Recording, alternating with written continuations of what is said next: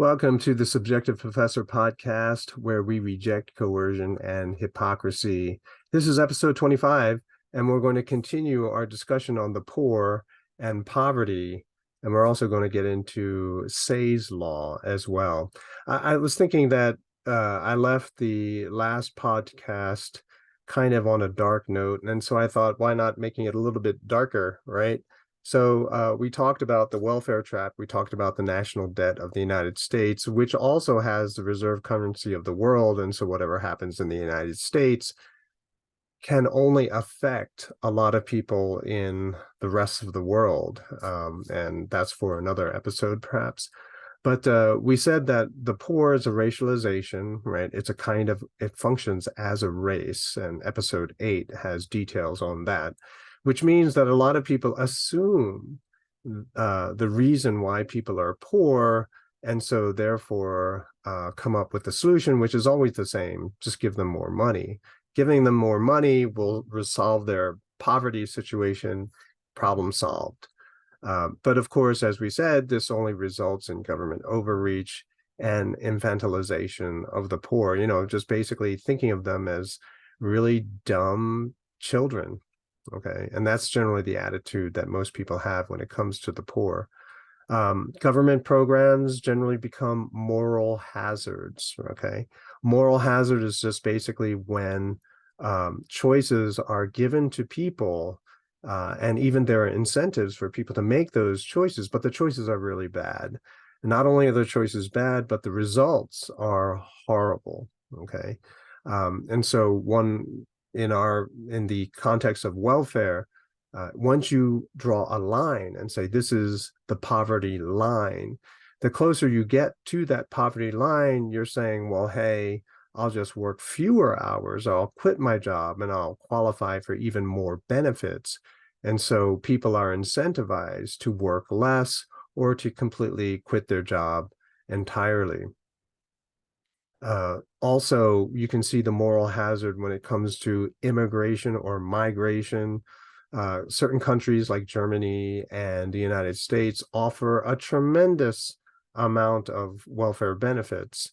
I don't know about Germany, but in the United States, the qualification for receiving a lot of these benefits have largely disappeared thanks to our government, which basically has incentivized people from all over the world, but particularly Central and South America, to come to the United States, not to work, but to receive those welfare benefits. And so they're continuing to take more without contributing more. And this is a very bad situation.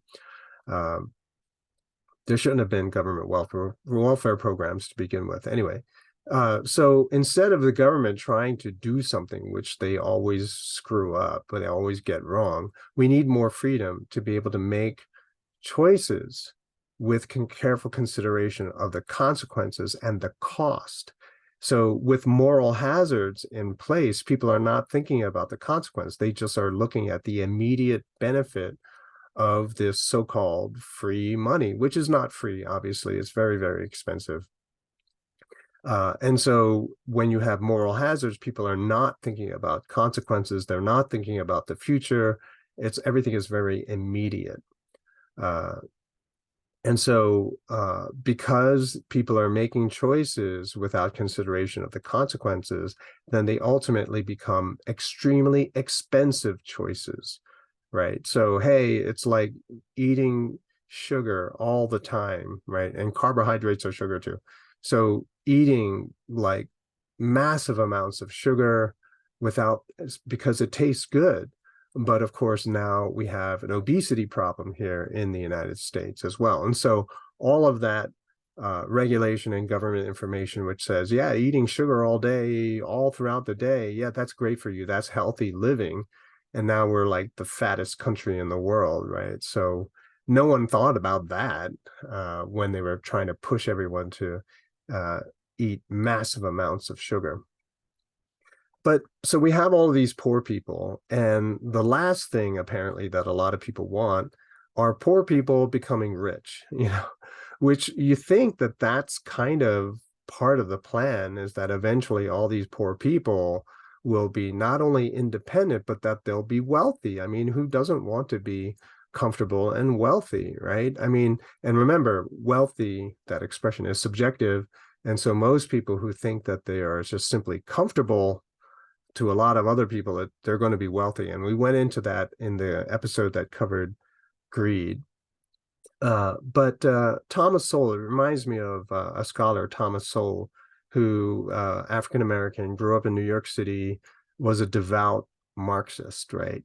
And even though he took classes with Milton Friedman, who is a free market Chicago school economist, he was still convinced Marx was it, until he spent a summer working in the government for the department which worked on the minimum wage law.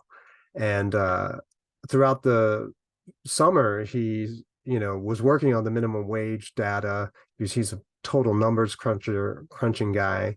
And he said he solved it. He figured out a way so that they can abolish the minimum wage. And everyone just looked at him and said, "Oh, that's nice." And they went back to work. And he couldn't figure out what the problem was. He figured out how you don't need minimum wage legislation. And then it dawned on him that if you get rid of the need for a minimum wage legislation, all of them, that entire department, loses their job. And so what he figured out, and what I always say, is that the incentive and the goal of government bureaucracy is to fail. Because if you're successful, then your department is no longer necessary. And so the incentive is to do a horrible job. And so when people say, "Hey, how come the problems are getting worse?" and they bring you in before Congress, you just say, "Yeah, it's because we don't have enough money." And so Congress has to give you more money. Your department gets bigger. So the workers there get higher salaries, and you have achieved your goal, getting more money. Yeah, and increasing the problem, making the problems worse, means that you get even more money. And so you don't want to solve the problems with the government, because it just means that your job no longer is necessary. And then what are you going to do now? Right? You have no other job skills. It's sort of like being a laid off professor, really, which is kind of what I am now. I can just start a podcast, but what would those people do? People in positions of authority like that, they feel superior, right? These poor people, they're stupid. And so we are here to help them because they're stupid, right? And so any thought of having them rise out of poverty is just ridiculous. I personally grew up below the poverty line, right? My father was a professor as well, right? And he would always tell me, it's not how much you earn, it's how much you save. But the government taxes you every which way that you can possibly imagine. And so the incentive is to keep people as poor as possible, right? Because then it justifies even more government. So what would be another way of looking at things? Well, there's this guy, Jean-Baptiste Say, S-A-Y, and he came up with a law. So it's called Say's Law. And Say's Law, to put it very simply, is that if you want to engage in trade and develop wealth, you have to work and make something first. If you don't make something first, you don't have anything to trade with other people. You're just simply going to receive, right? You're just going to rely on the charity and pity of other people. And so you need to make something first. So in a country, as a country, your manufacturing industry must be good, right? I mean, we can do this on an individual level. So I have to make something, I have to produce something in order to trade with other people, right? And so let's just say I manufacture something and I figure out a better way of producing it. We'll call it toilet paper. And I talked about toilet paper a few episodes ago. And so because I'm getting better at it, I can expand my business. I'm hiring more people. Okay. And so now we're exporting our toilet paper. So everyone's using my toilet paper all over the world. In other words, we had to have made it first in order to generate revenue, income, and to create wealth. The problem is that a lot of people who ignore Say's Law, who jump right to the "why do you have so much money and I don't," and don't even think about all of the hard work and sacrifice and the long hours that were required to make that product, to get to the point where you can export your product all over the world. People don't think about that. All they see is all this money that you seem to be swimming in. And so therefore they impose taxes on you, right? And they keep raising the tax, right? They keep saying stuff like, you don't need all that money, right? What are you going to do with all that money? That's more money than you possibly spend, because they don't know what savings are for, right? If you've never run a small business, then you don't understand what savings are for. It's for capital reinvestment, right? Improving your machines, repairing your machines, or even repairing your roof, repairing the walls, repairing damage, all of this stuff, right? Well, who's going to pay for that? And so a lot of people misunderstand what savings and reinvestment and investment are all about. And so they raise taxes. They raise taxes so much that manufacturing has died in the United States. And that's why for a very long time, I remember hearing this when I was younger, that America is transitioning to a service economy. What does that mean? It means that all the manufacturing has left America. And that's also why the trade deficit is so massive these days in America, because we're not selling anything. We're just simply buying stuff with printed dollars, right? No one wants dollars anymore, because you can't eat dollars. You can't even use it for toilet paper. And so what a lot of people are going to do, they're going to come to the United States and take those dollars and buy property here in the United States. And then people in the United States get really whacked out, and they're like, why are all these people buying all of our property? Oh, it's a plot. They're trying to take over our country, that kind of weirdness. No, it's your government incentivizing all these factories and manufacturers to go to other countries, taking all their jobs with them because the taxes are too high here, right? Take, for example, the sugar tax, okay? The sugar tax, so taxes that are imposed on Americans, ends up to be $2 to $4 billion per year. There are only 10 major sugar producers here in the United States, but the sugar in the United States is something like 20 times more expensive than anywhere else in the world. But by law in the United States, you must buy American sugar first before you can buy anyone else's sugar. So all of the American sugar must be bought first before you're allowed to buy anyone else's sugar. And so a lot of people in the United States have come up with ways of getting around this, like developing corn syrup instead of using sugar, right? Fructose and all this other stuff. And so people are trying to come up with sugar substitutes, even saccharin, all that stuff, sugar substitutes to compensate and offset the high cost of sugar. But imagine if your business is 100% sugar, right? Your product is 100% sugar. You can't exist in the United States. And so you have to relocate. And so a candy company, Lifesavers, they could not survive because of the sugar tax, the sugar cartel here in the United States. And so they moved to Canada, all right? And they took all the jobs with them. And so more people are unemployed here. The cost of goods here in the United States goes up because a lot of things here in the United States uses sugar. Everything becomes more expensive. And who benefits? Certainly not the average person. Everyone in the sugar cartel and all the politicians who cater to the sugar cartel, they benefit by ripping off everybody else. Right. And so this government activity destroys prosperity. It destroys jobs. It destroys opportunity and hope. In the inner city, people have asked me, so what's your solution for all the problems of the city? I'm like, get rid of government, right? Businesses will come back. They'll start hiring people. All of these criminals will realize that they don't have to risk prison in order to be successful in life.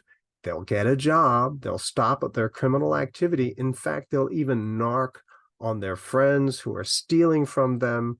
And so then the incentive then is to become a law-abiding citizen, right? That's all you have to do is get rid of government to bring back opportunity and hope and choice to everybody. At least, that's the short of it. But obviously, how it plays out, no one can ever plan. You just get rid of government, and then you watch everything go. You don't have to do anything more beyond that. The second thing I wanted to talk about today, and I'll just do it ever so briefly, is the judgment today, I think this morning, the overturning of the affirmative action sort of methodology in college acceptance, right? I believe Harvard and North Carolina, were engaging in affirmative action in college acceptance, and they got rid of it. And so I saw a meme where it was like all these people would rather continue maintaining underperforming horribly, don't teach the students anything, public schools, so that all of these kids graduating from high school are totally unprepared for college life. They would rather do that and have affirmative action in the college entrance acceptance methodology, right? You would rather preserve that horrible system than doing away with public schools, making everyone have choice as to the school they want to choose. And then you wouldn't need to have affirmative action in college entrance criteria. And before you go jumping out of your skin and everything, you have to realize that Asians suffer because of all of this affirmative action stuff, because Asians prioritize studying generalization. Yes, I know, but enough of them do it so that if you have blind acceptance, right? If you only could see test scores or whatever, and you just automatically would just accept the highest test scores, then certain schools would be all Asian, right? Certain schools that Asians peg as being the best, right? You'll have like, was it 80% Asian student body, right? And some of you might think I'm making this up. New York City well, first of all, my wife went to Boston University, and she told me that in the, let's see, when did she go to college? In the late 80s, there were so many Asians at Boston College that Asians lost their minority status. And so there was no criteria for accepting more Asians. Asians were limited because you didn't want the campus overrun with Asians. The same is true in the New York City specialized high schools, right? And there are, I believe, 7 special high schools in New York City. And I saw in the paper that Black students I think it's in the freshman class, I don't know if it's the one high school or all of the high schools, they number 10, 1-0, like 9-10, right? 10 students. And Hispanic student numbers, I think, also dropped. There was 33 before, and now it's 20. There were 7 Black students accepted last year, and now 10 this year. But why so few? And why are there so many Asians? If you dig a little bit deeper, you'll see that the entrance standards for Asians are higher than even for white students, right? So for an Asian to be considered acceptance into one of these specialized schools, they have to perform even higher, right, than white students. It's kind of interesting. And so a lot of people don't want to look at those kinds of, that aspect, that perspective. But doing away with affirmative action, a lot of people have no idea and don't realize just how many people are adversely affected because of these laws. Now, the good thing is that a lot of people, in case you're freaking out and panicking that Asians will take over the world, there are only that many Asians in America. And if they all gravitate and try to get into certain schools, then you're going to have a complete lack of Asians in pretty much every other school, okay? And if that's the way Asians want to play it, well, so be it. And just before you go crazy and say, I'm a racist, I'm Asian too, okay? So this is not really a big deal for me. But what's really interesting is that no matter how you try to describe affirmative action or racism or whatever, everything is a race. So if you're going to discriminate based on test score, well, see, that is a form of discrimination. You are only going to accept the highest performing students. Yeah, that's a racialization too. But that racialization doesn't matter because all they care about is the superficial, the color of your skin. That is it, which has nothing to do with your academic performance, as we already said in earlier episodes. So what we can see is that the attempt to manipulate and control the choices of others always fail because it never takes into account the individual's decision-making process, given that person's unique situation. We already talked about that, the poor in England, and how it's very similar to here in the United States, where if you live in the city and you're successful at school, other kids beat you up, right? That's not part of the consideration. And then why do we let that continue? Why do we continue to maintain a system where that happens all the time? I don't know if it's acceptable, but it happens all the time, all throughout the decades. Everyone knows about it and nothing is being done about it. So if we get rid of government, we get rid of the manipulation, we get rid of all of the reduction of choices because of regulations, no one's going to really think about the need for affirmative action because it won't be necessary. But you need to maintain the problem. Remember, maintain the problem in order to justify government action. And that's why they're doing it, at least in part anyway. I'll see you in the next episode. Take care.